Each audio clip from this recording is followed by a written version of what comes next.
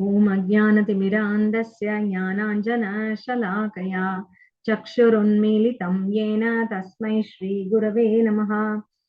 श्रीचैतन्यमनोभीष्टं स्थापितं येन भूतले स्वयं रूपकदा मह्यं ददाति स्वपदान्तिकं। वन्देऽहं श्रीगुरु श्रीयुतपदकमलं श्रीगुरुन् वैष्णवांश्च श्रीरूपं साग्रजातं सहगण रघुनाथान्वितां तं सजीवम् साद्वैतं सावधूतं परिजनसहितं कृष्णचैतन्यदेवं श्रीराधा कृष्णपादान् सहगणललिता श्रीविशाखान्वितांश्च। हे कृष्णा करुणा सिन्धु दीनबन्धो जगत्पते गोपेश गोपिका कान्त राधाकान्त नमोऽस्तुते। तप्त काञ्चन गौराङ्गी राधे वृन्दावनेश्वरी वृषभानुसुते देवी प्रणमामि हरिप्रिये। वाञ्छाकल्पतरुभ्यश्च कृपा सिन्धुभ्य एव च पतितानां पावनेभ्यो वैष्णवेभ्यो नमो नमः। जय श्री कृष्णा चैतन्य प्रभो नित्यानंदा श्री अद्वैत गदाधर श्रीवासादि गौरभक्तवृंदा। हरे कृष्णा कृष्णा कृष्णा हरे हरे, हरे राम राम राम हरे हरे। श्री श्री भगवद गीता की जय, श्रील प्रभुपाद की जय। हरे कृष्णा। மீண்டும் உங்களை எல்லாரும் ஒரு பகவத்கீதை வகுப்புல சந்திக்கிறதுல மிக்க மகிழ்ச்சி. இன்னைக்கு வந்து 3வது அத்தியாயம், 1லிருந்து 15 வரை போன வாரம் பிரபு முடிச்சுட்டாங்க. இப்ப 16ல இருந்து பார்க்க போறோம். ஸ்லோகங்களை குயிக்கா ஒரு தடவை படிச்சுட்டு அதோட அர்த்தத்துக்கு போகலாம்.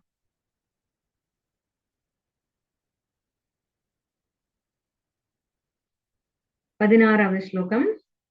ஏவம் பிரவர்த்திதம் சக்ரம் நானுவர்தயதீஹயः அகாயோரிந்திரியாராமோ மோகம் பார்த்த ச ஜீவதி.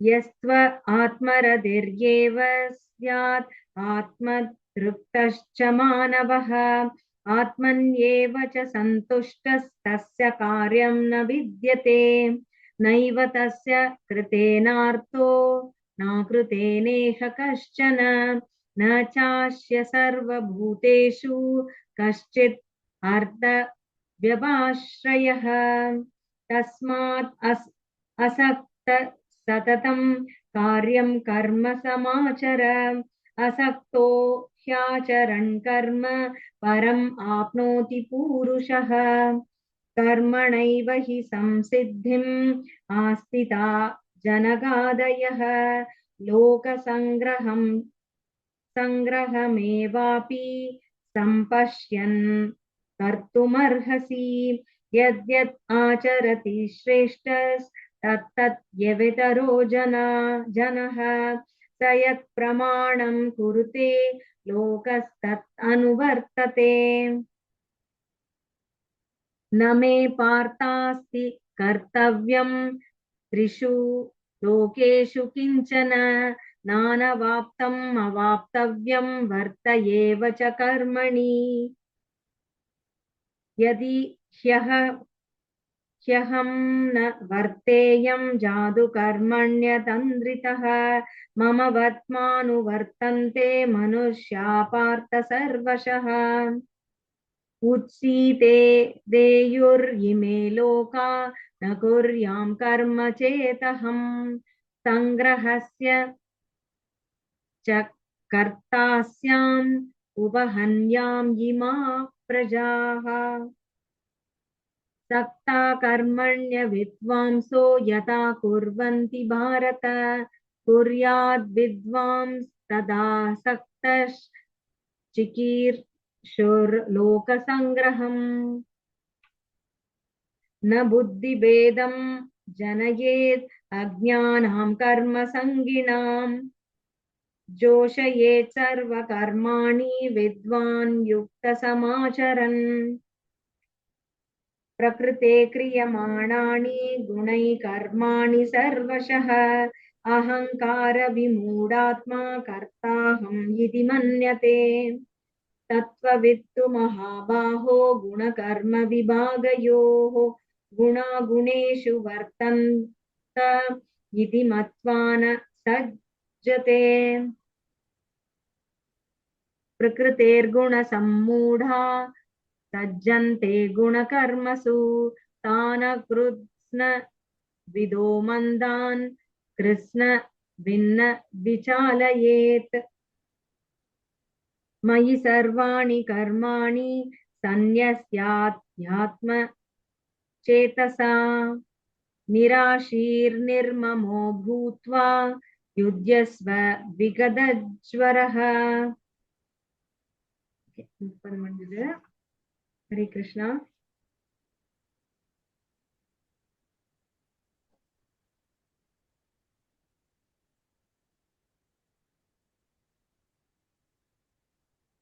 மூன்றாவது அத்தியாயம் தலைப்பு என்ன அப்படின்னு பார்த்தோம்னா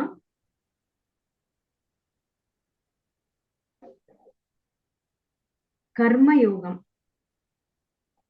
இரண்டாம் அத்தியாயத்தினுடைய தொடர்பு இதுக்கு என்ன இருக்கு அப்படின்னு பார்த்தா, கோரமான கர்மங்களில் இருந்து விலகி இருப்பாய் அப்படின்னு கடைசி ஸ்லோகம் இரண்டாவது அத்தியாயத்துல சொல்லி முடிச்சார். தூரேனகி அவரம் கர்மான்னு. சோ இதுல கர்மம் எப்படி ஆற்றுவது? ஏன்னா அர்ஜுனா நீங்க கேக்குறான், பலன் நோக்கு செயல்களை விட புத்தி சிறந்தது என்றால் கோரமான இப்போரில் தாங்கள் என்னை பலவந்தமாக ஈடுபடுத்துவது ஏன்னு கேட்டு ஆரம்பிச்சிருக்கார். அதனால இந்த கர்மம் ஏன் என்ன செய்ய சொல்றீங்க? அதான் நம்ம முதலே பார்த்தோம்.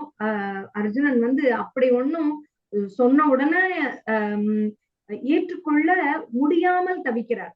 அதனால கேள்விகளை கேட்கிறார். அதற்கு சரியான விளக்கங்களையும் கிருஷ்ணர் கொடுக்கிறார். அதுதான் நாங்க பாக்குறோம். இரண்டு வழிகளையும் ஒன்று போல கூறுகிறீர்கள் அப்படின்னு சொல்றாரு. எனக்கு புத்தி பேதலிக்கிறது, இதுவும் சரி அதுவும் சரி, நான் குழம்புகிறேன். அதனால எனவே எனக்கு மிகவும் நன்மையானது எது என்பதை முடிவாக கூறுங்கள். எனக்கு நீங்களே சொல்லிடுங்க, என்னை ஆராய்ச்சி பண்ண விடாதீங்க அப்படின்ற சொல்றார். இரு வகையான மனிதர்கள் தன்னுணர்விற்காக முயல்வதாக நான் முன்பே விளக்கினேன். இப்ப அந்த மூன்றாவது ஸ்லோகத்தில இருந்து பகவான் சொல்ல ஆரம்பிக்கிறார். சிலர் சாங்கிய தத்துவ சிந்தனைகளாலும் பிறர் பக்தி தோண்டினாலும் தன்னுணர்வினை அடைய முயல்கின்றனர். தன்னுணர்வு அப்படின்றது நம்மை உணர்தல். நம்மன்னா யாரு? நம்முடைய ஆன்மா அப்படின்னு பாக்குறோம். நாம் அதுதான் நீங்க விளக்கமாக சொல்லி கொண்டு வருகிறார். இதுல கர்மா, அகர்மா, விகர்மா அப்படின்னு மூன்று விஷயங்கள், அதெல்லாம் நீங்க பார்த்திருப்பீங்க. அது என்ன அப்படின்னா, அத சுருக்கமா சொல்றேன். கர்மா அப்படின்னா அதற்கு பல அர்த்தங்கள் இருக்கு. இப்ப கர்மானா செயல் அப்படின்னு ஒரு அர்த்தம். கர்மானா நாம கேரி பண்ணிட்டு வரோம்னு சொல்றோம் இல்லையா? நம்ம பலன் நமக்கு நம்ம மூட்டை, நம்ம தூக்கி கொண்டு வருகிற கர்மா மூட்டை அப்படின்னு ஒண்ணு சொல்லலாம். கர்மா நம்மை அதாவது நாம் செய்த செயல்களின் பலன்கள், நாம் அனுபவிக்க வேண்டிய பலன்கள், ப்ராஃபிட். நம்மளோடது ப்ராஃபிட்டா இருந்தாலும் நம்ம தான் அனுபவிக்கணும், லாஸா இருந்தாலும் நம்ம தான் அனுபவிக்கணும் இல்லையா? அதுதான் அந்த ப்ராஃபிட் அண்ட் லாஸ் கணக்கு இருக்குல்ல. நம்மளோட செயல்களுக்கான நன்மை தீமை பலன், அது ஒரு கர்மா. இன்னொன்னு கர்மா அப்படிங்கிறது செய்ய வேண்டிய செயல் அப்படின்னும் எடுத்துக்கலாம். அப்படியாக கர்மா அப்படிங்கிறதுக்கு பல விதத்துல பகவத்கீதையில எல்லா சாஸ்திரங்கள்லயுமே பாகவதத்திலையும் பாத்தீங்கன்னா கர்மா என்ற சொல் இடத்துக்கு தகுந்தாற் போல பல அர்த்தங்களை எடுக்கும். அது போல அது ஒரு பக்கம் இருக்கட்டும். அது போக இப்ப அகர்மா விகர்மான்னு இரண்டு வேற இருக்கு. கர்மானா செய்ய வேண்டிய செயல், அகர்மானா செய்ய வேண்டிய செயலை செய்யாமல் இருப்பது. அகர்மா செய்யாமல் இருப்பது, செய்ய வேண்டிய செயலை செய்யாமல் இருப்பது. நீங்க செய்யணும் ஆனா செய்யல, அகர்மா. செய்யாம பேசாம இருக்கும், செய்யணும் ஆனா செய்யறது இல்ல. அதுதான் நம்ம most of the time. Sometimes இன்னைக்கு உள்ள முடிக்கணும் அப்படின்னு ஒரு காரியம் எடுக்கிறோம், ஆனா அகர்மாவா இன்னைக்கு கொஞ்சம் சோம்பலா இருக்கு, இன்னைக்கு எதுவும் செய்யறதுக்காக தோணல அப்படின்னு நினைச்சிடறோம். அது அகர்மா. செய்ய வேண்டிய காரியத்தை செய்யாமல் தள்ளி போடுவது அகர்மால அடங்கும். அடுத்தது விகர்மா. இது என்னன்னா செய்யக்கூடாத செயல், ஃபார்பிடன் ஆக்ட். நீங்க எதை செய்யக்கூடாது அப்படின்னு இருக்கோ அதை செய்யறது. ஒரு ஒரு இப்ப வந்து ஒரு குழந்தை போய் கிள்ளலாமா? அழற மாதிரி கிள்ளலாம், அது தொட்டு கொஞ்சறதுக்காக பண்ணலாம். ஆனா அது அழற மாதிரி அதை படுத்துறது அதெல்லாம் பண்ணலாமா? அது எது செய்ய, இதை நான் ஒரு சிம்பிளா சொல்றேன். பொதுவாக எது வந்து சாஸ்திரங்கள் சொல்லப்படாத செயல்கள் விகர்மா. இதை செய்யக்கூடாது என்ற சாஸ்திரம் எதை விதித்திருக்கிறதோ அது அதனை செய்வது விகர்மா. அதை செய்யவே கூடாது அப்படிங்கிறது. இதுதான் இதை வந்து நம்ம சற்றே புரிஞ்சுக்கணும். இதுதான் வந்து இந்த கர்மா சிந்தனைகள்ல வருது. உண்மையான அகர்மா எது, நிஷ்காம கர்மயோகம் அப்படின்னா என்ன அப்படிங்கறது எல்லாம் தான் இந்த பாடமே சொல்கிறது. இங்க பாருங்க, கர்மா அப்படின்ட்டாலே நம்ம வந்து 3வது அத்தியாயத்துக்குள்ள முங்குவதற்கு தயாராக இருக்கணும். அப்புறம் கர்மா பத்தி நம்ம புரிஞ்சுக்கணும், என்ன சில வார்த்தைகள் எங்கேயோ கேட்கிறோம், குழப்பமாக இருக்கிறது அப்படின்னா 3வது அத்தியாயத்தை வந்து நீங்க பார்க்கலாம். கர்மயோகம், இதுலதான் கர்மா பற்றிய அனைத்து விளக்கங்களுமே இருக்கு. அதாவது ஏன் அகர்மா வந்து ஆன்மாவுக்கு இல்லவே இல்லை, எப்பவுமே செயல் ஆற்றிக்கொண்டேதான் இருக்கும் ஆத்மா. பாத்தீங்கன்னா சும்மா இருக்க முடியாது. உடல் என்று இருந்தால் நம்ம சும்மா இருந்தா கூட நம்மளோட இதயம் துடித்து கொண்டே இருக்கும், காது கேட்கும், எங்கேயோ பாக்குறீங்க, கண்ணு பார்க்கதான் செய்யும். அகர்மாங்கிறது இல்லவே இல்லை. கர்மா இருந்து கொண்டே தானே, இன்வாலண்டரி ஆக்ஷன்ஸ் சொல்றோம் இல்லையா, அது போல இருந்து கொண்டேதான் இருக்கும். அதற்கு தகுந்தாற் போல அதை வந்து சாதகமான செயல்களாக செய்ய வேண்டும். அதை வந்து ஏதோ செய்து ஆசையா இருக்கு அப்படிங்கிறதுக்காக, சாப்பிடணுங்கிறதுக்காக கண்டதையும் சாப்பிடுறது இல்லை இல்லையா. சாப்பிடணும், மூச்சு விடணும், எல்லாமே இருக்கு. நம்ம மூச்சு எப்படி தெரிஞ்சிருது அப்படின்னா, ஒரு துர்நாற்றமாக இருந்தால் நம்ம மூச்சு அதை ஏற்றுக்கொள்வதே இல்லை. உடனே நம்ம விலகிடுறோம் அந்த இடத்துல இருந்து, அப்படின்னு சொல்றோம், மூக்கு மூடிக்கிறோம் அப்படி சொல்றோம். இது வந்து ஒரு விதமான நம்முடைய உடலினுடைய ஒரு ரியாக்ஷன். அது நம்ம வந்து உடனே அது பிடிக்காததை வந்து சொல்லி விடுகிறத விலகி விடணும். அது போல்தான் அனைத்து காரியங்களுமே. செய்யக்கூடாதது என்ற சாஸ்திரங்கள் சொன்னது அது நம்ம புலனுக்கு தென்பட்டால், புலனை வந்து ஈர்த்து நம்முடைய எது செய்ய வேண்டுமோ அதிலிருந்து நம்மளை விலக்குமானால் அதனை விட்டு நாம விலகிடணும். அதெல்லாம் தான் சொல்லப்படுகிறது. அப்படி இருக்க இருக்க செய்ய வேண்டிய காரியங்களை செய்து கொண்டே இருக்கும் பொழுது, நம்மளுக்கு விதிக்கப்பட்ட காரியங்களை செய்துக்கிட்டே வரும் பொழுது நம்ம ஆன்மா தூய்மை அடையும் அப்படின்னு சொல்றாங்க. இதெல்லாம் இது வரைக்கும் சொல்றாங்க. ஆகார சுத்தி, சத்வ சுத்தி அப்படின்லாம் வருது 11வது ஸ்லோகத்துல. அதாவது இந்த யாகங்கள் ஏன் செய்யணும், கர்மங்களை ஏன் செய்யணும் அப்படின்னா, கர்ம காண்டம்னு பார்த்தோம் இல்லையா. அதாவது வேதங்கள்ல சில கர்மங்கள் விதிக்கப்பட்டிருக்கு, அதை வந்து நாம் செய்துதான் ஆக வேண்டும். அதை ஏன் செய்யணும் அப்படின்னா, அதை செய்வதனால் இந்த தேவர்கள் சந்தோஷப்படுவாங்க. அந்த தேவர்கள் சந்தோஷப்படும் பொழுது நமக்கு வந்து அதனை அருளாக தருவார்கள். அதாவது மழையாக பொழிவதோ, இந்த என்ன சொல்றது, விவசாய வளர்ச்சியாகவோ எல்லாம் வரும்போது அந்த செழிப்பு வரும் பொழுது நம்முடைய வாழ்க்கைக்கு அது பயனாக இருக்கும். அப்படி பயனுக்கு பயனாக அந்த ஆகாரம் நமக்கு கிடைக்கும் போது சுத்தமான அந்த ஆகாரமா நம்ம சாப்பிடணும். அதை கழுவி ஹைஜீனிக்கா சாப்பிடுறத மாத்திரம் நான் இங்க குறிக்கல. இது என்னத சொல்லுது, பகவானுக்கு அர்ப்பணிக்கப்பட்ட உணவாக அது இருக்கணும், பிரசாதமாக இருக்கணும். அதான் சொல்றது ஆகார சுத்தி அப்படிங்கிறது. அதுலயும் விலக்கப்பட்ட அதான் விகர்மா. அங்க எது வேண்டாம்னு சொல்லப்பட்டிருக்கோ அதை விலக்கணும் அப்படிங்கிறது. இது இப்படி ஆகார சுத்தி வந்து நம்மளுக்கு சத்வ சுத்தியை கொடுக்கும். அதான் நம்மளுடைய குணத்தை சுத்தி பண்ணும் அப்படிங்கிறது. சோ துருவா ஸ்மிருதி, நம்மளுடைய எண்ணங்கள் வந்து திடமாக இருக்கும், ஞாபகம் எல்லாம் சரியான முறையில இருக்கும். அப்புறம் அனைத்து விஷயங்கள்லயுமே கீர்த்தி கிடைக்கும் அப்படின்னு சொல்றாரு. அதுக்கு அடுத்ததுதான் நம்ம இப்ப பார்க்க போறோம் 15ல யாகங்களால் அந்த திருப்தி அடைந்தவர்கள் நமக்கு வளங்களை கொடுக்குறாங்க அப்படின்னு சொல்றாங்க. இதை வந்து பகவானுக்கு படைக்காமல் அனுபவித்தால் இது வந்து ஒரு சுழற்சி. அவர் நம்மளுக்கு கொடுத்திருக்கார், அதை அவங்களுக்கு கொடுக்கணும், திரும்ப படைச்சிட்டு தான் சாப்பிடணும். இப்ப வந்து நீங்க இப்ப பாருங்க, ஒரு ஃபார் எக்ஸாம்பிள், ஒரு நண்பர் உங்களுக்கு உதவி செஞ்சிருக்கார். அப்ப அது ஆனா நீங்க நேர பார்க்கல. அவருடைய ஏதோ ஒரு ஏற்பாடு மூலமாக நீங்க திருப்பதிக்கோ, காசிக்கோ, ராமேஸ்வரத்துக்கோ ஏதோ ஒரு திருத்தலம் போயிருக்கீங்க. உங்களோட அவருடைய இன்ஃப்ளூயன்ஸ சொல்லி உங்களுக்கு வந்து அங்க பல ஏற்பாடுகளும் பண்ணி குடுத்துருக்காரு. நீங்க நல்ல தர்சனம், நல்ல அபிஷேகம், எல்லா ஆர்த்தி எல்லாமே பார்த்துக்கணும். அப்ப நீங்க என்ன பண்ணுவீங்க? சுழற்சி அந்த உங்களுடைய நன்றி உணர்வை திரும்ப அவருக்கு செலுத்தணுமா வேண்டாமா? ம். நான் அனுபவிச்சேன் அப்படின்னு சொல்லி அதை மறந்துடலாமா? கூடாது இல்ல. யாரு நம்மளுக்கு உதவி செய்திருக்கிறார்களோ அந்த உதவியை நாம் வந்து திருப்பி அவர்களுக்கு நன்றியாக தெரிவிக்கணும். அடுத்த அதாவது நன்றியாக தெரிவிச்சால் மட்டும் போதாது. இது ஒண்ணு இருக்கு முக்கியமா. எல்லாரும் வந்து நன்றி சொல்லிட்டேன் அப்படின்னு சொல்லி விட்டுருவாங்க. அதற்கப்புறம் வந்து வேற ஒரு சந்தர்ப்பத்துல சொந்தக்காரங்கள்ல இது நிறைய நடக்கும். அதாவது வேறு ஒரு சந்தர்ப்பத்துல அவர்களே வந்து கொஞ்சம் முன்ன பின்ன நடந்துக்கிட்டாங்கன்னா உடனே கோபம் வந்து கத்தும்.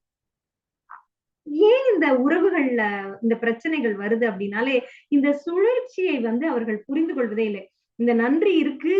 அவர்கள் செய்த நன்றி மறந்துடுறாங்க. அவர்கள் வேற மாதிரி நடந்துகிட்டாலும் அப்பயும் நம்மளுக்கு அந்த ஸ்மிருதி ஞாபகம் அங்க இருக்கணும். அவர்கள் இத்தனை செய்தவர்கள். நம்மளுக்காக நமக்கு எவ்வளவோ பண்ணிருக்காங்க. அவர்கள் ஒரு சில காலத்துல ஒரு சில தவறு செய்தாலும் அவர்கள் பெரிதுபடுத்தாம சண்டை போடாம அது நம்ம அதுக்கு உடனே ரியாக்ட் பண்ணியா நீ இப்படிதான் எனக்கு தெரியாதா அப்படின்னு எல்லாம் பேசாம அவங்கள பத்தி நமக்கு தெரியும். அதான் அந்த நம்பிக்கை குறைவு, அந்த ட்ரஸ்ட் அப்படிங்கிறது இல்லாமதான் இந்த காலத்துல இப்ப பல உறவுகள் வந்து உம் முறிவடைந்து வருகிறது. அதாவது நான் உன்னை நம்பல நீ என்ன நம்பல. இது வந்து நான் கணவன் மனைவிக்கு சொல்லல. அவங்களுக்கு வேற விஷயம். இந்த அண்ணன் தம்பி, அக்கா தங்கை, அக்கா அண்ணன் தங்கை, அக்கா தம்பி, இந்த மாதிரி உறவுகள்ல எவ்வளவு பிரச்சனைகள் வருது. இதெல்லாம் வந்து எப்படியெல்லாம் கூட வளர்ந்தவர்கள் தான். ஆனால் வந்து பிற்காலத்துல வரும்பொழுது அவர்களுக்குள்ள அந்த ஒரு சின்ன விஷயத்துல அந்த நன்றி உணர்வே இல்லாமல் மறந்து போய்விடும். இப்படியெல்லாம் இல்லாம இந்த அதுதான் சொல்றாரு இங்க. யாகங்கள்ல திருப்தி அடையும் தேவர்கள் உங்களுக்கு நிறைய கொடுக்குறாங்க. எவ்வளவோ உங்களுக்கு வளங்கள் கிடைப்பது எல்லாம் நமக்கு அந்த தேவர்கள் அளிக்கிறது தான். பகவான் வந்து திருப்தி அடைந்து அந்த தேவர்களை கொடுக்க வைக்கிறார். தேவர்கள் நமக்கு கொடுக்குறாங்க. அப்ப அவர்களுக்கு அந்த தேவர்களுக்கும் பகவானுக்கும் திருப்பி படைக்காமல் அந்த நாம சாப்பிட்டோம்னா பகவானாக கொண்டு நம்ம மேல கோவப்படாம இருக்காரு. அதுக்குதான் அந்த எக்ஸாம்பிள் நான் உங்களுக்கு பேரலா சொல்றேன். உறவுகள்ல நம்ம இப்படி நடந்துட்டோம்னா நம்ம நண்பர்கள் கிட்ட நன்றியை ஈஸியா சொல்லிடுவோம். உறவுகளுக்குள்ள இந்த நன்றியை சொல்லுவோமா? ஒருவரால் தான் நாம் இந்த ஒரு பெரிய வாழ்க்கையை அனுபவிக்கிறோம் அப்படின்னா எத்தனை முறை அவர்களுக்கு நாம் நன்றி சொல்லி விடுகிறோம்? சொல்வதே இல்ல. அதை பத்தி நம்ம உறவு அப்படின்னு வரும்போது அது வந்து டேக்கன் ஃபார் கிராண்டட் அப்படின்னு சொல்றாங்கல்ல, அது வந்து ஒரு பெரியதாக நம்ம நினைக்கிறது இல்ல. அதுதான் அப்படி அவர்களுக்கு திரும்ப படைக்காமல் அனுபவித்தால் திருடன்கிறார். நீ வந்து அவர்களுக்கு நன்றி பாராட்டாமல் நீ அவர்களுக்கு திருப்பி படைக்கிறதுனால அவங்க எடுத்துட்டு ஓடிட போறது இல்ல. அதையும் வந்து பகவான் என்ன அவருக்கு படைச்சா அவரு இப்ப போயிட போறாரா எடுத்துட்டு? இல்லையே. அதை படைச்சு அவருக்கு ஒரு நன்றியை செலுத்துகிறோம்ன்றதுல ஒரு தாயாக ஒரு தந்தையாக அவருக்கு ஒரு திருப்தி, அவ்வளவுதான். அதுக்கு செய்யாம நம்ம வந்துட்டோம் அப்படின்னா நாம திருடர்கள்னே சொல்றாங்க. அந்த படைக்கப்பட்ட உணவு பாவத்தை போக்கும், படைக்கப்படாத உணவு பாவம் தரும் அப்படின்னு சொல்றாங்க. இப்ப வந்து விதிக்கப்பட்ட கடமைகளை நாம் செய்யும்போது யஜ்யம், மழை, தானியம் இதெல்லாம் இருக்கு. ஜீவன்களில் ஜீவன் நம்ம எங்க நம்மளோட ஆத்மா வந்து உடல்ல தான் இருக்கு இல்லையா? அந்த உடலை வளர்க்கணும். அப்ப அந்த ஜீவன்களில் உடல் வாழ்கிறது. இதனால்தான் அப்ப கடவுளில் இருந்து இந்த வேதங்கள் வந்தன. அந்த வேதங்கள்ல இந்த விதிக்கப்பட்ட கடமைகள் சொல்லப்பட்டிருக்கு. அதுல இருந்து யஜ்யம் வந்தது. சோ இதெல்லாம் வந்து இந்த யஜ்யங்களின் கடவுளாக விஷ்ணு வீற்றிருக்கிறார், கிருஷ்ணர் வீற்றிருக்கிறார் அப்படின்னு சொல்றாங்க. இப்பதான் இந்த யாக சக்கரத்தை கடைபிடிக்காதவன் வாழ்க்கை பயனற்றது அப்படின்னு சொல்றாரு. இந்த யாக சக்கரம் இது வந்து இந்த சுழல் முடியணும். இந்த லூப் ஹேஸ் டு க்ளோஸ்ன்னு சொல்லுவாங்க. பொதுவா கார்பரேட் இதுலயுமே ஒரு இது தொடங்கி வச்சவர்கிட்ட போய் அது முடியணும். இப்ப வந்து ஒரு பெரிய போஸ்ட்ல இருக்கவர் வந்து ஒரு பெரிய நிறைய முயற்சிகள் எடுப்பார் அவர் இல்லையா? இனிஷியேட்டிவ் அவர் தான் எடுப்பார். ஒரு அந்த ஆர்டர் எடுக்கிறது, இங்க போய் என்னென்ன கம்பெனிஸ்ல பேசுறது, அதெல்லாம் அவர் இனிஷியேட் பண்ணி விடுவார். அப்ப ஒவ்வொருத்தரும் ஒரு ஒரு லைன்ல போய் வேலை செய்வாங்க. அப்ப ஆனாலும் கடைசியா அவருக்கு ரிப்போர்ட் பண்ணப்படணுமா வேண்டாமா? அதுதான் உறவுகள்லையுமே.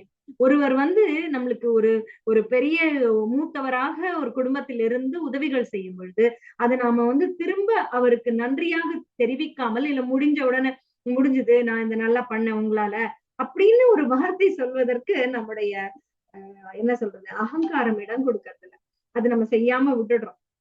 அப்ப என்ன ஆகும்? அந்த அந்த சூழல் முடிவெடுக்கிறதுல அதுதான் இங்க ஆன்மீக வாழ்க்கையில அது எப்படி இருக்குன்னு பாருங்க. அதாவது யாக சக்கரத்தை நம்ம கடைபிடிக்கணும். கடைபிடிக்காதவன் வாழ்க்கை பயனற்றதுங்கிறாங்க.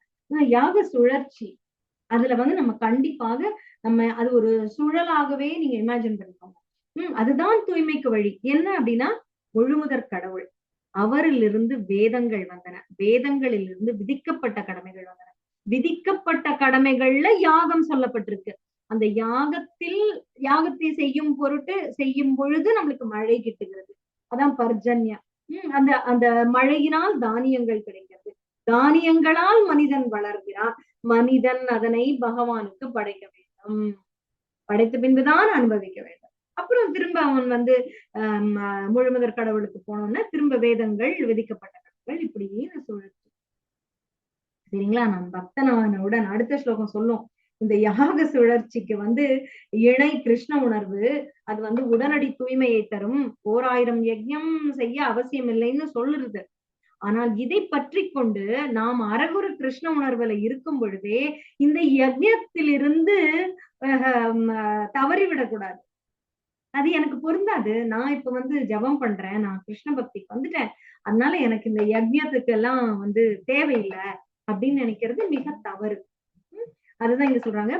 மனித பிறவியை வந்து தன்னுணர்வுக்காக இந்த சுழற்சியில் இருக்கும் பொழுது நம்மளுக்கு தன்னுணர்வு கிட்டும் அப்படின்னு அர்த்தம்.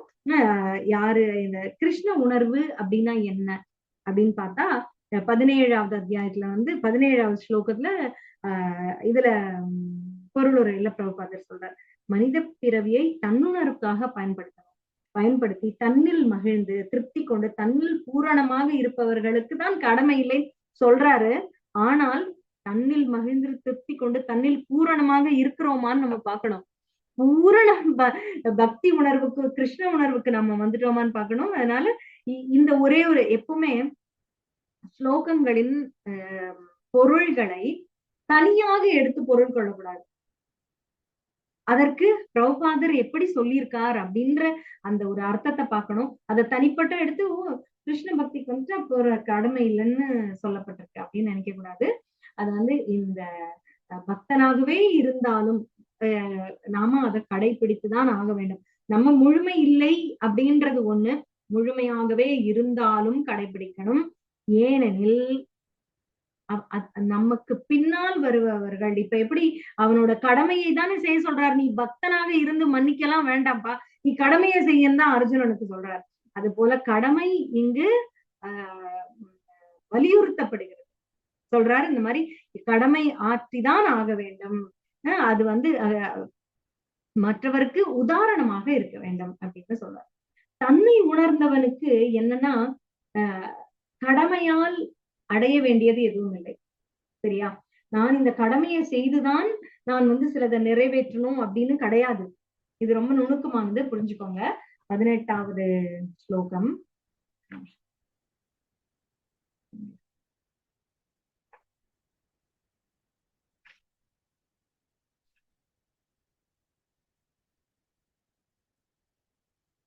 விதிக்கப்பட்ட கடமைகளை செய்துதான் அவனுக்கு வந்து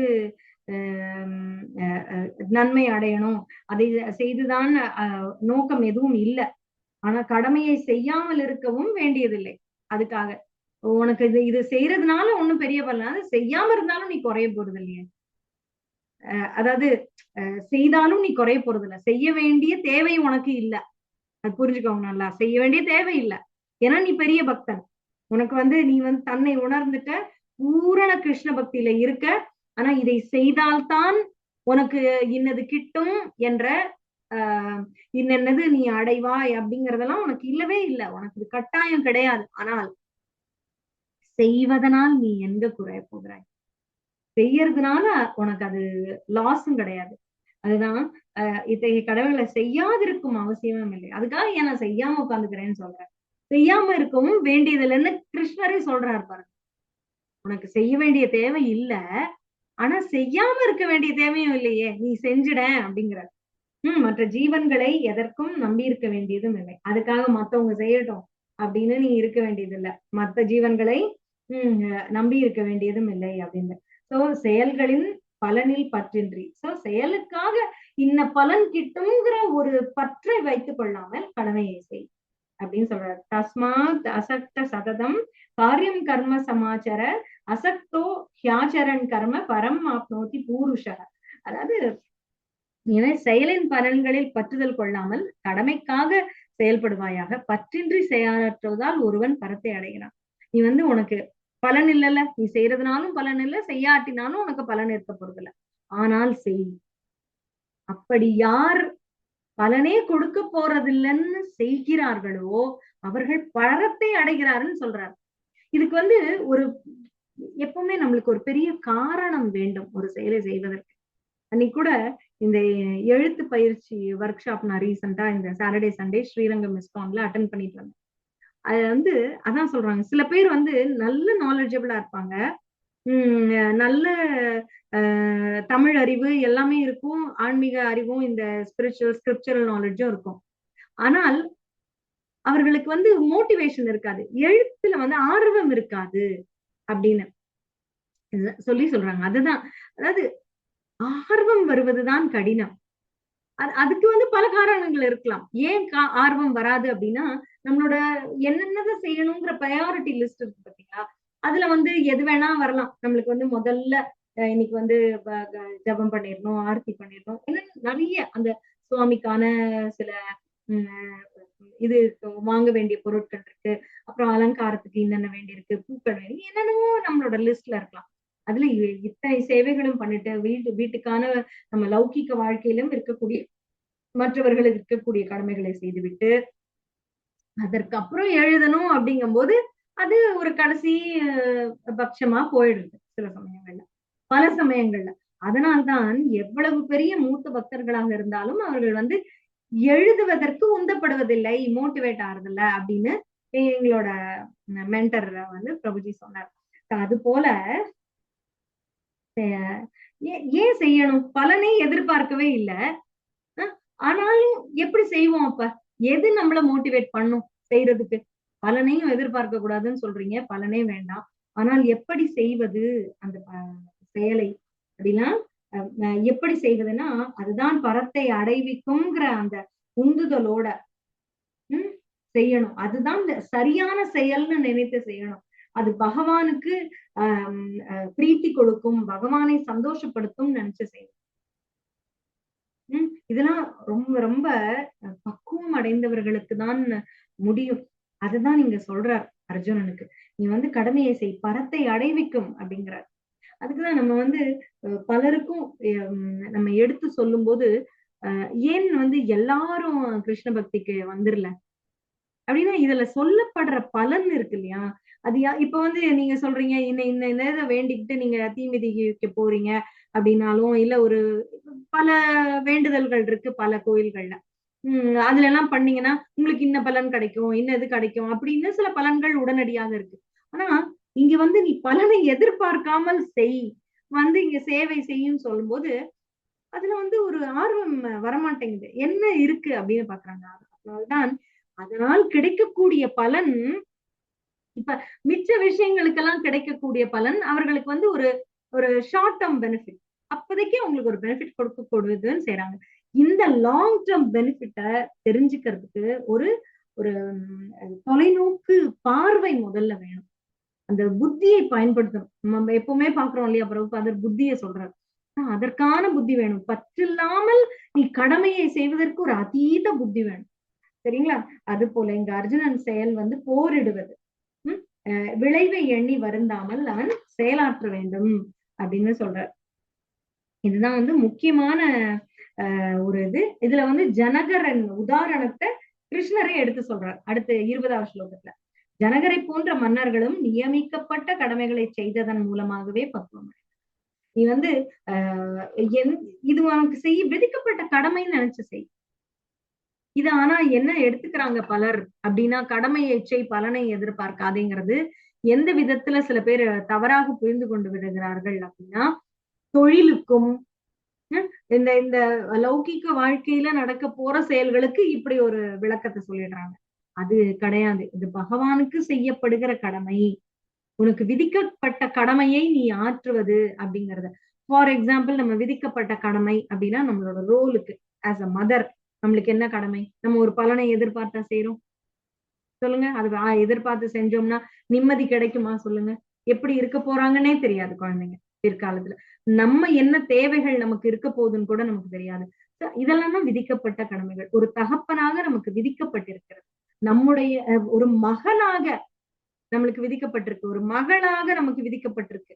நம்முடைய வயதான தாய் தந்தையரை நாம எப்படி பார்த்துக்கணும்னு இருக்கு. அதுல எல்லாம் என்னன்னா சுழற்சி முடிகிறது அந்த இடத்துல. இந்த நம்ம குழந்தைகள் விஷயத்துல சுழற்சி தொடங்குது. இதுல வந்து நம்ம அவங்களுக்கு பண்ணிருக்காங்க. அவங்களுக்கு கொண்டு போய் நம்ம நன்றியை திருப்பி கொடுத்துதான் ஆக வேண்டும். அதற்கு நம்ம செய்துதான் ஆக வேண்டும். சோ இது போல ஒரு பலனையே எதிர்பார்க்காமல் நாம் செய்யும் பொழுது அதுதான் உண்மையான கடமை. அதற்கு வந்து நம்மளுக்கு ஆர்வம் குறைவாக இருக்கும். அப்ப அதற்கு பக்குவமடைந்த நிலையில் இருப்பவர்களால் தான் அந்த காரியங்களை செய்ய முடியும். அந்த பக்குவத்தை தான்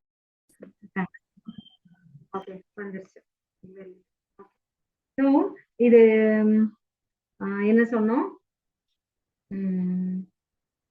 நாம் எப்படி வந்து நடந்து கொள்கிறோமோ, இப்போ வந்து ரோல் மாடல் எப்படி நடந்து கொள்கிறோம் வெளியில சென்று அப்படிங்கிறது வந்து, இப்ப நான் அதற்குதான் இந்த உதாரணம் சொன்னேன். இப்ப நம்ம ஒவ்வொருத்தருமே இந்த பகவத்கீதை சத் சங்கத்துக்கு கூடுகிறோம்.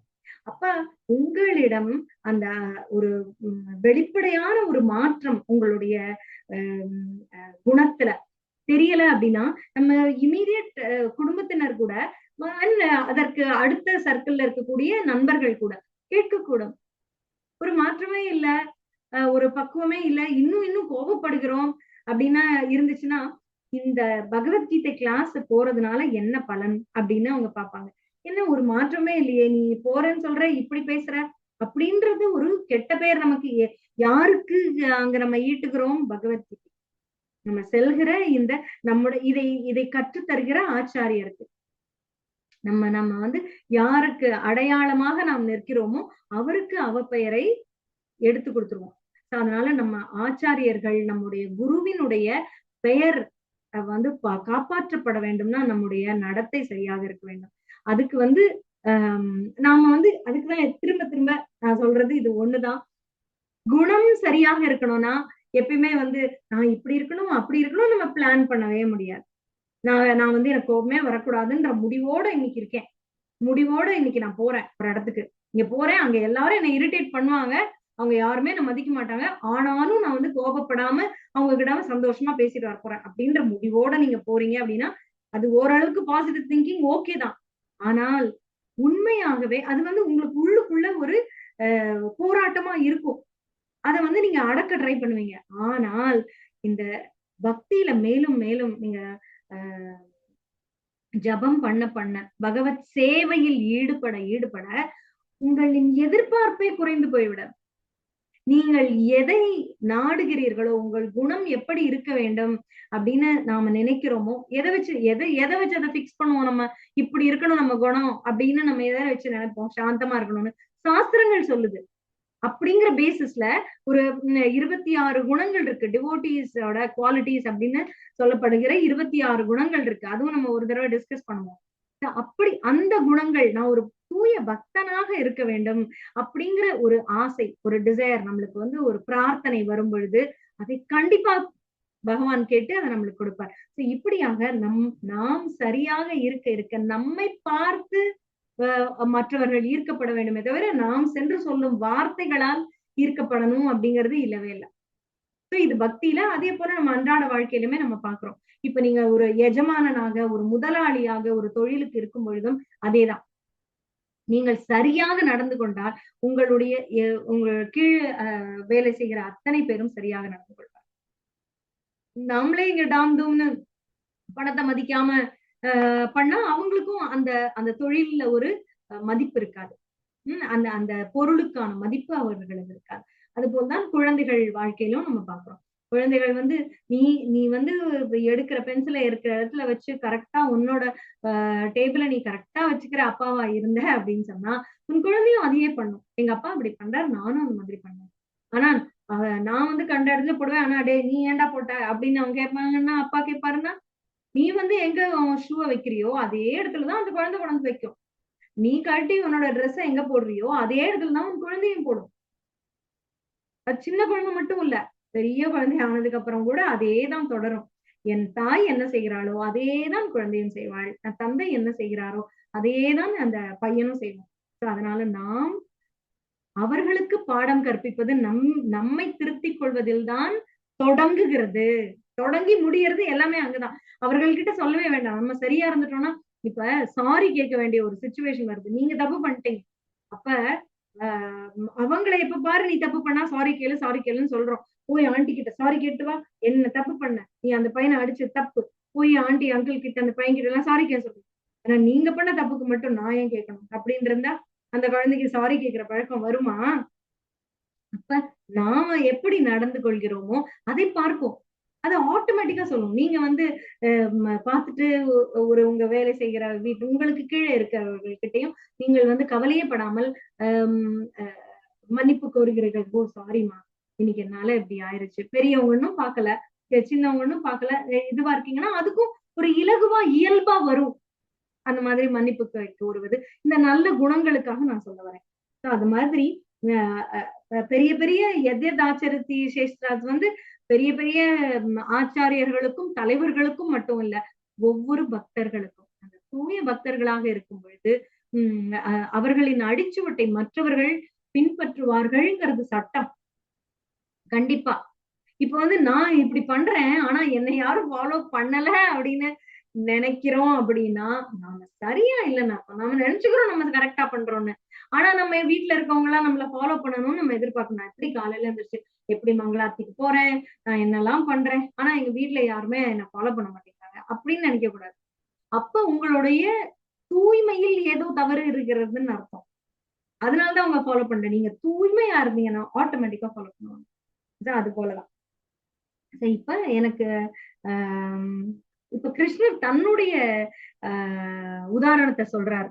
அதாவது நமையே பார்த்தாஸ்தி கர்த்தவியம், எனக்கு பிரித்தாவின் மகனை உலகங்களிலும் நாம் செய்ய வேண்டிய கடமை எதுவுமே இல்லை. எனக்கு கடமைகள் இல்ல. எனக்கு தேவையோ நான் அடைய வேண்டியதோ எதுவும் இல்லை. நான் இதை செய்து எனக்கு இதை அடையணுங்கிறதும் இல்ல. நான் இப்படி கையை காட்டினா எல்லாமே நடந்து முடிஞ்சிடும்.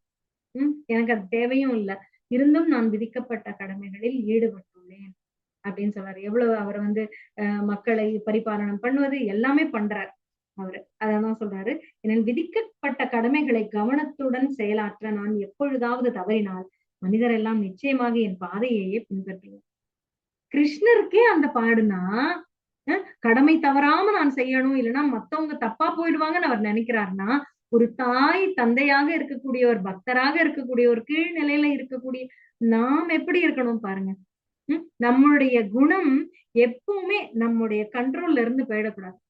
கண்ட்ரோல்ல இருந்து ஏன் சொல்றேன் அப்படின்னா, கோபம் என்பது நம்மை ஒரு செயல் இழக்க செய்யும். நம்ம கையில நாம இருக்க மாட்டோம். அதான் நம்ம சொல்றோம் இல்லையா, நான் என் கையிலேயே நான் என்ன பண்றேன்னு எனக்கு தெரியாதுன்னு சொல்றோம். கண்ட்ரோல் போயிடும். என்ன சொல்றோம்னு தெரியாது, என்ன கத்த போறோம்னு தெரியாது, எல்லாம் கத்திடுவோம் இல்லையா. அந்த எண்ணம் நம்மளுக்கு வந்து எப்பவுமே நம்ம செய்யறது தவறு, அந்த சரியான நம் தவறாக செய்து விட்டால் நம்மை பின்தொடர்ந்து அதையே மற்றவர்களும் செய்து விடுவார்களே அப்படின்ற யோசனை இருக்கணும். இங்க பகவானுக்கே அதான் நிலைமைன்னு இல்ல, அவருடைய முடிவாக அவருடைய குணமாக அப்படி இருக்கிறது. என்ன சொல்றாரு அவரு, நான் அப்படி தவறினால் மனிதர்கள் வந்து நிச்சயமாக என் பாதையை பின்பற்றி விடுவார்கள்னு அவர் ஒரு பொறுப்போடு இருக்கிறார். கிருஷ்ணரே அவருக்கு கடமையே இல்லை, ஆனாலும் அவர் அதனால் செய்கிறார் மற்றவர்களுக்காக. அப்படின்னா நாம எப்படி நடந்துக்கணும்?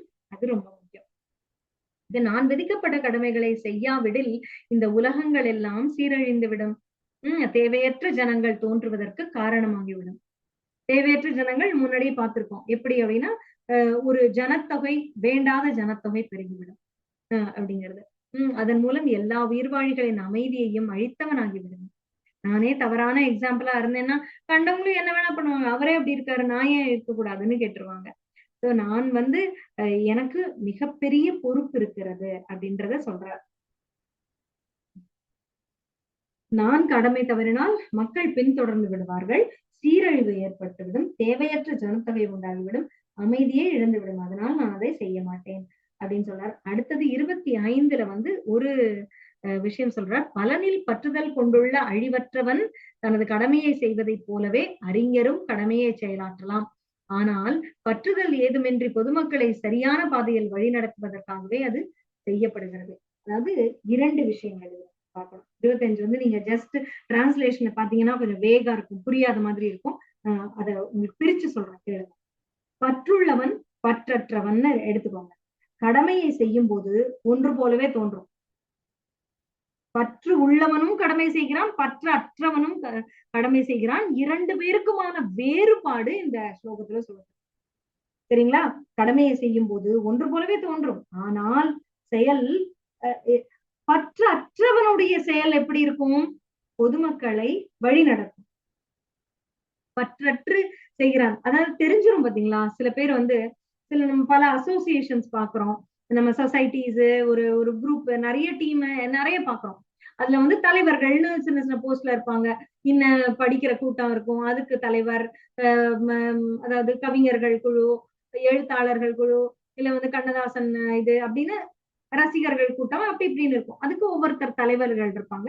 நம்முடைய சமூகத்துக்கான கம்யூனிட்டி குரூப்ஸ் இருக்கும், அதுக்காக இருப்பாங்க. சில பேர் வந்து தன்னுடைய தலைமை பொறுப்பிலிருந்து வெளிவரவே விட்டு கொடுக்கவே ஒரு இது வந்துடும், விட்டு கொடுக்க மாட்டாங்க. அந்த அந்த தலைமையிலேயே இருக்கணும் அப்படின்னு ஆசைப்படுவாங்க. அப்ப என்ன பண்ணுவாங்கன்னா, சில ஒரு ஒரு பர்சனல் அஜெண்டான்னு சொல்லுவாங்க பாத்தீங்களா, தன்னலம் இல்லாம காரியம் செய்யாமல் தன்னுடைய பெருமை அங்க காட்டுற மாதிரி சில காரியங்கள் செய்யும். அந்த மாதிரி நம்ம நிறைய பாக்குறோம். அததான் இங்க சொல்றாங்க, பற்றுள்ளவன் செய்கிற காரியம் பற்றற்றவன் செய்கிற காரியம். பற்றற்றவன் செய்யும் போது அந்த அந்த குழுவில இருக்க மற்றவங்க என்ன நினைப்பாங்கன்னா, நாமளும் இதை பின்பற்றணும்னு நினைப்பாங்க. புரியுதுங்களா? இதுதான் இந்த 25வது ஸ்லோகத்துல சொல்லப்படுகிற விஷயம். இதை வந்து நீங்க டிரான்ஸ்லேஷன் மட்டும் படிச்சா உங்களுக்கு குழப்புற மாதிரி இருக்கும். அதான் பற்று கொண்டவன் என்ன செய்வான்னா, பற்று உள்ளவன் எப்படி, பற்றற்றவன் எப்படின்னு சொல்ற. பற்றற்றவன் செய்யும் பொழுது அதை பார்க்கும் பொழுதே மற்றவர்களுக்கு வந்து உற்சாகம் வரும், நாமும் இப்படி செய்யணும் அப்படின்னு நினைப்பாங்க. ஆனால் அதே ஆள் வந்து கொஞ்சம் கொஞ்சம் பர்சனல் அஜெண்டா, கொஞ்சம் திமிரா செய்யறாரு, தன்னுடைய பெருமைக்காக அங்க நடந்துக்கிறாங்கன்றது கொஞ்சம் தெரிஞ்சுட்டா கூட அவர்களை ஃபாலோ பண்ற ஒரு எண்ணமே நம்மளுக்கு போயிடும், மதிப்பே போயிடும் இல்லையா? நம்ம அவர்களுக்கு வந்து கொஞ்சம் திமிரு இருக்குன்னு அதே இடத்துல அவர்களுக்கு ஒரு பணிவு தென்படுதுன்னு பார்த்து வச்சுக்கோங்களேன். இப்ப நம்ம நம்ம செய்கிற காரியங்கள் மூலமாகவே நம்மளுடைய குணம் வெளிப்படும் எப்பவுமே. அப்ப அந்த பணிவு ஒரு சின்ன அளவாவது வெளிப்பட்டதுன்னா அவர்களுக்கு மதிப்பு ஏறும். அதே இது வந்து திமிரு லேசா கூட வெளிப்பட்டுருச்சுன்னு வச்சுக்கோங்க, அகங்காரம் கர்வம் லேசாவது தன்னுடைய பொசிஷன், நம்மளுடைய திறமை காரணமாகவும், தன்னுடைய தலைமை இடம் காரணமாகவும் கொஞ்சம் அந்த கர்வம் வந்துட்டால் கூட மதிப்பு போயிடும். அது இல்லாமல் அவங்க பின்னாடி கூழ கும்பிடு போட்டு ஜாலரா போடுறவங்க இருந்தா கூட அவங்க மேலேயும் மதிப்பு போயிடும். ஒரு ஒரு நேர் கொண்ட பார்வை கொண்ட சிலரால இதை கண்டுபிடிக்க முடியும். இதுதான் சொல்றாரு இந்த இந்த ஸ்லோகத்துல. அதுதான் வந்து நம்ம 26ல என்ன சொல்றாருன்னா, விதிக்கப்பட்ட கடமைகளின் பலன்களை பற்றி கொண்டுள்ள அறிவற்றவனின் மனதை அறிஞர்கள் குழப்பக்கூடாது, செயலிலிருந்து விலகுவதற்கு ஊக்குவிக்க கூடாது, மாறாக பக்தி உணர்வுடன் செயல்படுவதன் மூலம் எல்லாவித செயல்களிலும் அவர்களை ஈடுபடுத்த வேண்டும். அது இதுவும் வந்து ரொம்ப நுணுக்கமான ஒரு செய்தி. பாத்தீங்கன்னா, பற்று கொண்டவன் முனைப்போடு ரொம்ப உற்சாகமாக அவன் காரியம் செய்து கொண்டிருக்கிறான். பற்று கொண்டவன் எப்படின்னா, இப்ப நம்ம பாக்குறோம்ல, சில பேர் வந்து தொழில் முனைவோர்கள் ரொம்ப தொழிலா இருப்பாங்க. தேசமும் வாழன் தானே வேணும், அதற்கு அந்த தொழில் முனைவோர்கள் முக்கியம். அது மாதிரி புலனின்ப செயல்கள், புலனின்பத்துக்காக அந்த செயலை செய்யறாங்கன்னு வச்சுக்கோங்க, அது தவறு. தனக்கு இன்பம் கொடுக்கும் அப்படின்னு நினைச்சு தனக்கு, ஆனால் அதே இது வந்து விதிக்கப்பட்ட கடமையாக செய்கிறார்கள் அப்படின்னா அது சரி. இந்த இந்த பற்று கொண்ட செயல்லையே ரெண்டு விதம். ஒன்று வந்து புலனின்பம், நமக்கு சந்தோஷம், நம்ம லக்ஸுரியா இருக்கலாம் அப்படின்னு நினைச்சு நம்ம அனுபவிக்கலாம். நம்ம வந்து பெண்களின் கூட்டத்தையும் பார்த்து அனுபவிப்பது, அப்புறம் வந்து பலவிதமான அனுபவிக்கக்கூடிய வழிகளை எல்லாம் எடுத்து அனுபவிக்கிறது, அப்படி இருப்பது தவறு. ஆனால் விதிக்கப்பட்ட கடமைக்காக அதுல பற்றோட வேலை பார்க்கறாங்கன்னு வச்சுக்கோங்க, அது தவறு கிடையாது. அது எப்படின்னா அப்படியாக வழி வழி செய்யறவங்களை நம்ம பாகுபடுத்தி பார்க்க தெரியணும் நமக்கு அப்படின்னு சொல்றாரு. கிருஷ்ணரே சொல்றார். அறிஞர்களுக்கு அது தெரிஞ்சிருக்கணும். எல்லாரையும் பார்த்து நீ பற்று விடுன்னு சொல்லக்கூடாது. ஒருத்தரை வந்து ஆராயணும், நீ ஏன் வேலை பார்க்க. இப்ப வந்து சம்பாதிச்சாதான் பணம் கிடைக்கும். குடும்பத்துக்கும் சரி, கோயில் கட்டவும் சரி, எல்லா இடத்துக்கும் பணம் முக்கியம் தானே. அப்படி இல்லாம இல்ல பணம் சம்பாதிக்க கூடாது, பணத்து மேல பற்று வைக்க கூடாதுன்னு சொல்லி சம்பாதிக்காம இருந்தா முட்டாள். உன் குடும்பத்தை யாரு பராமரிப்பா? உன் குடும்பம் இந்த சமுதாயத்திற்கு பாரமாகிவிடும். அந்த கேஸ்ல எவ்வளவு குடும்பங்கள் பாக்குறோம், சரியான சம்பாத்தியம் இல்லாம சமத்து பத்தாம இருக்கிற சில தகப்பன்கள் இருக்கிற குடும்பங்கள் அந்த தடுமாறும். நம்ம கிட்ட ஹெல்ப் கேட்டு வர்ற குடும்பங்கள் நம்ம பாக்குறோம், படிப்புக்கு பணம் கொடுங்க, எங்களால முடியல அப்படின்னு. அந்த மாதிரி இருக்கிறது சமுதாயத்திற்கு ஒரு சுமையாகிவிடும் அந்த குடும்பம். அப்படி இருக்கக்கூடாது. அத வந்து இந்த அறிஞர்களுக்கு தெரியணும்னு சொல்றாரு. யார் வந்து பற்று கொண்டவர்கள்லயே யார் வந்து பலன் நோக்குக்காக செய்யறாங்க, பற்றோடு செஞ்சா கூட விதிக்கப்பட்ட கடமையை பற்றோடு செய்கிறார்கள். சில பாக்குறோம் இல்லையா, சில சில குழுமங்கள் இருக்கு கார்பரேட் வேர்ல்ட்லயே, டாடாஸ் பாக்குறோம், நிறைய குரூப்ஸ் பாக்குறோம். அவங்க எல்லாம் வந்து ரொம்ப நல்ல காரியங்களும் பலது பண்றாங்க. அதே போல நிறைய தொழிலும் ரொம்ப பெரிய லெவல்ல ரொம்ப நல்லா பண்றாங்க இல்லையா. அதுதான் வந்து விதிக்கப்பட்ட கடமைகள். அவங்களுக்கு வைஷ்யர்களாக அவர்களுடைய கடமையை செய்கிறார்கள். அப்படியாகப்பட்டவர்களை அறிஞர்கள் குழப்பக்கூடாது அப்படின்னு ஒரு பாயிண்ட் சொல்றார். கடமைகளை செய்ய ஊக்குவிக்கத்தான் வேணும். அவங்க பண்றாங்களா, அதுக்கு வந்து நமக்கு உதவியும் அவர்கள் செய்கிறார்கள். சோ அப்ப நம்மளுடைய கடமைகளை நம்ம பக்தியை செய்து கொண்டிருப்போம். அதற்காக அவங்களை டைவர்ட் பண்ணி குழப்பி இல்ல நீ அதெல்லாம் பண்ணக்கூடாது, நீ வந்து அதெல்லாம் விட்டுட்டு வந்துரு, பக்தி மட்டும் பண்ணவான்னு சொல்லக்கூடாது அப்படின்னு சொல்றாரு. கடமைகளை செய்ய ஊக்குவிக்க வேண்டும், கடமையிலிருந்து விலகி செயலின்மைக்கு தள்ளிவிடக்கூடாது. ஒண்ணும் இல்லாம நான் சும்மா இருக்கேன், அவங்க செய்யற வேலையையும் கெடுக்க கூடாது அப்படின்ற சொல்றாரு. அது வந்து அப்படியாக சேவித்து விடுவதில் தவறு அப்படின்னு சொல்றாரு. அப்புறம் அகங்காரத்தினால் பாதிக்கப்பட்டு மயங்கிய ஆத்மா பௌதிக இயற்கையின் முக்குணங்களால் நடைபெறும் செயல்களுக்கு தன்னையே கர்த்தா என்று எண்ணிக்கொள்கிறான். இது சூப்பரான அர்த்தம் இதுக்கு. இது என்ன சொல்றாரு பாருங்க, பௌதிக இயற்கையால நடக்கிற, இயற்கையாகவே தன்மையாகவே நடக்கக்கூடிய காரியம் நடக்குது, அதற்கு தன்னை பொறுப்பாக எடுத்துக்கொள்வது, கிரெடிட் நம்ம வாங்கிக்கிறது எல்லாத்துக்குமே. அகங்காரத்தினால் பாதிக்கப்பட்டு மயங்கிய ஆத்மா அது முட்டாள். அது மயங்கின ஆத்மா இல்லையா, அதுக்கு வந்து மழுங்கி போயிருக்கு, அதுக்கு கண்ணு பார்வை சரியா தெரியல, முட்டாள், மூளை மங்கி போயிருக்கு. அதனால என்ன யோசிக்குது, பௌதிக இயற்கையின் செயல்களால, அதாவது அந்த வாழ்க்கையின் சுழற்சினாலேயோ மழை நன்னா வந்து நல்ல உங்களுடைய நிலம் நல்லா இருந்து நல்லா வரும்போது எனக்கு எதுக்கு அகங்காரம், பகவான் கொடுத்தார், எனக்கு இன்னைக்கு இவ்வளவு கத்திரிக்காய் விளைச்சல் ஆயிருக்கு அப்படின்னா அது பகவான் கிருப்பை. அதை விட்டுட்டு அது என்னாலதான் நானாக கொண்டு இத சேவிச்சேனாக்கும் அப்படின்னு நினைக்கிறது அகங்கார விமூடாத்மா. அதுதான் இயற்கையாக நடைபெறும் செயலுக்கு கூட தன்னையே கர்த்தாக என்று எண்ணுகிறான், அவன் தான் அகங்கார விமூடாத்மா. அப்புறம் தத்துவவித் அப்படின்றது வந்து பூரண உண்மையை அறிந்தவன். தத்துவவித் புலனிலும் புலனுணர்ச்சியிலும் தன்னை ஈடுபடுத்திக் கொள்வதே இல்லை. பூரண உண்மையை அறிந்தவன் தத்துவவித், வித்வானாக இருக்கிறான். தத்துவத்துல வித்வானா இருக்கான், அனைத்து உண்மைகளும் அவனுக்கு முழுமையாக தெரிகிறது. அவன் வந்து என்ன பண்ணுவான், எப்படியா இருப்பான் அப்படின்னா, அவனுடைய குணம் எப்படி இருக்கும் அப்படின்னா, புலனிலும் புலனுகர்ச்சியிலும், அத புலனை அனுபவித்தல். புலன் நுகர்ச்சி அப்படின்னா நுகர்தல், புலனால் கிடைக்கக்கூடிய இன்பத்தை நுகர்றது, அப்படியே அதை அப்சர்வ் பண்ணி அதுலயே தெளிச்சு போறது புலன் இன்பத்துல. அதுல வந்து தன்னை ஈடுபடுத்திக் கொள்வதே இல்லை. அவன் புரிஞ்சிட்டுருவான் தான் வந்து மூங்குறான், அப்படின்னு. இப்ப நம்ம ஒரு தண்ணிக்குள்ள போய் ஸ்விம்மிங் பூலே பாக்குறோம், எத்தனை அடின்னு பாத்துட்டு தானே காலை வைப்போம். ஸ்விம்மிங் தெரியலன்னா இல்லைன்னா போய் நம்ம ஒரு குளத்துலயோ எங்கேயோ கங்கை நீர்லயோ எங்கேயோ நீராட போறோம் அப்படின்னா மற்றவர்கள் எந்த லெவலுக்கு நிக்கிறாங்கன்னு நம்ம பாத்துப்போம். அப்புறம் அவங்க ஹைட்டுக்கு சரிப்பா அப்பனா நம்மளும் இந்த இடத்துக்கு போலாம்னு நினைப்போம். அப்படி ஆழம் தெரியாமல் காலை விடுவோமா? விட மாட்டோம். அது போலதான் இந்த புலன் இன்பம்னு வருது பாத்தீங்களா, அதுல போய் நம்ம அப்படியே முங்க போறோம். அப்படியே அதை நுகர்ந்து அதுக்குள்ளேயே முங்கறதுதான் இந்த நம்மளுடைய எந்த அளவுக்கு போகலாம் அப்படின்றது உணராமல் போய் முங்குது. அது போகக்கூடாது.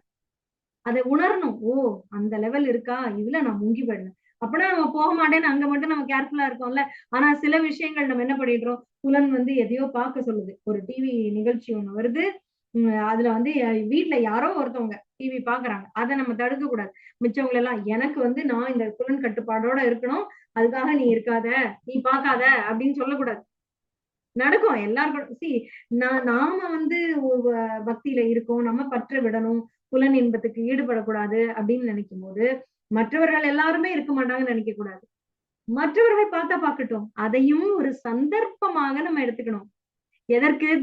That's an opportunity for us to control. நம்மளுடைய அது நடந்துட்டு இருந்தா கூட நம்ம எப்படி புலனை கட்டுப்படுத்திட்டு இருக்கோம் அப்படிங்கறது நம்ம புலன் நுகர்ச்சிக்கு அது ஒரு சோதனை. புரியுதுங்களா? அப்ப அதுல நம்ம போகாம இருக்கோமா அப்படின்னு நம்ம பார்க்கணும். போகாம இருக்க முயற்சி பண்ணணும். அதாவது இங்கேயும் அகைன் ஐம் சேயிங், முயற்சி நம்ம கையில இல்ல. நாம இன்னைக்கு நம்மளுடைய பகவத் விஷயங்கள், நம்மளுடைய சாதனா அப்படின்னு சொல்றோம் இல்லையா, பக்தி பயிற்சி. அதாவது இன்னைக்கு நம்ம ஜபம் பண்ண வேண்டிய மாலைகள் எத்தனையோ, 4 இருக்கலாம், 8 இருக்கலாம், 16 இருக்கலாம், 20 இருக்கலாம். நம்ம செய்ய வேண்டியதை நாம் செய்யலைன்னா மனம் அங்கு இருக்கப்பட்டதான் செய்யும். அது ஏன் பார்க்க கூடாதா அப்படின்னு நீங்க கேட்கலாம். அதுல என்ன விஷயம்னு வச்சுக்கோங்க, அதை பார்க்கறதுனால நம்ம பண்ற 4 ரவுண்டு பண்ண முடியாது. நாளைக்கு ரொம்ப கஷ்டம். பண்ணலாம், ஈஸியா பண்ண முடியாது. அந்த மனம் லயிச்சு பண்ண முடியாது. என்ன ஆகும், அந்த நேத்து பார்த்தது ஞாபகம் வந்துட்டே இருக்கும். அது நம்மள ரொம்ப தாக்கும். ஆல்ரெடி நம்ம மனசை கட்டுப்படுத்த முடியாம கஷ்டப்பட்டு ஓடுது மனசு. சரியா கேட்கல அப்படிங்களா? எப்படியோ நமக்கு பல விஷயங்களும் மனதில் வந்து கொண்டே இருக்கிறது. அதை கட்டுப்படுத்தி நம்ம ஜபம் பண்ண ட்ரை பண்றோம். இதுல நம்ம மத்த விஷயங்கள், புலனின்ப விஷயங்கள் எல்லாம் ஈடுபட்டுட்டு ஜபம் பண்ண வந்தோம்னா மனம் இப்படியெல்லாம் அலைப்பாய தொடங்கிவிடும், விட்டே விடுவோம் ஜபத்தை.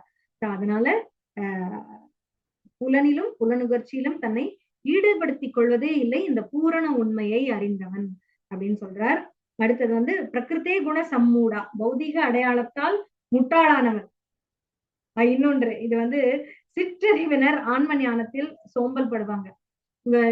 ஆன்ம ஞானம் தெரிஞ்சுக்கணும் அப்படின்னு நினைக்கிறதுல போர் அப்படின்னு ஒருத்தர் சொல்றாங்கன்னா அவங்க சின்ன புத்திக்காரங்க. ஆன்ம ஞானம் நம்ம இப்ப படிச்சுட்டு இருக்க பகவத்கீதை விஷயம், இதை படிக்க ஐயோ எனக்கெல்லாம் வேண்டாம் அப்படின்னு நினைச்சு அதை படிக்கிறதுக்கே ஒரு சோம்பலா இருக்காங்க அப்படின்னா அவர்களை சிற்றறிவினர் அப்படின்னே சொல்றாங்க. சின்ன புத்திக்காரங்க, அல்ப புத்திக்காரங்க. அவங்களுக்கு இதுல வேற போய் படுத்துக்கணும், வேற போய் டிவி பார்க்கணும், வேற ஏதாவது பண்ணணும் அப்படின்னு தான் அவங்களுக்கு மனசு தோணும். இதுல ஈர்க்கப்படல. அதான் சொல்றாரு, அதீத லௌகிக்க பற்றுடன் செயலாற்றுகின்றனர் அப்படின்னு சொல்றார்.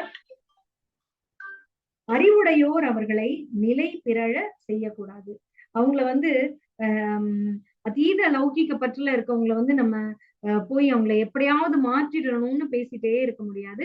அதனால அவங்களை கொஞ்சம் டிஸ்டர்ப் பண்ணாம விட்டாலும் பரவாயில்ல, அவங்க கிராஜுவலா வரட்டும்ங்கிறது தான் இங்க சொல்றாரு. இந்த 29வது அத்தியாயத்துல ஸ்லோகத்துல அறிவுடையோர் அவர்களை நிலை பிறழ செய்யக்கூடாது, அவங்க இருக்கட்டும், விட்டுதான் பிடிச்சு பார்க்கணும் அப்படின்னு சொல்றாங்க. 30வது ஸ்லோகம் ரொம்ப முக்கியமான ஒரு ரொம்ப அழகான ஸ்லோகம். அத சொல்லிட்டு நான் இன்னைக்கு முடிக்கிறேன். அது என்னன்னா அப்படின்னா, மயி சர்வாணி கர்மாணி சந்நியஸ்யாத் ஆத்ம சேதசா. அதாவது 4 விஷயங்களை நீ விட்டு விட்டு போரிடவா அப்படின்னு சொல்றாங்க, விட சொல்றாரு. என்னென்ன அப்படின்னா, சர்வாணி கர்மாணி, எல்லா விதமான செயல்கள், எல்லாத்தையுமே விட்டுரு அப்படின்றார். மயி சந்நியஸ்ய அப்படின்னா என்னிடம் விட்டுட்டு வந்துரு. மயி சந்நியச என்கிட்ட விடு.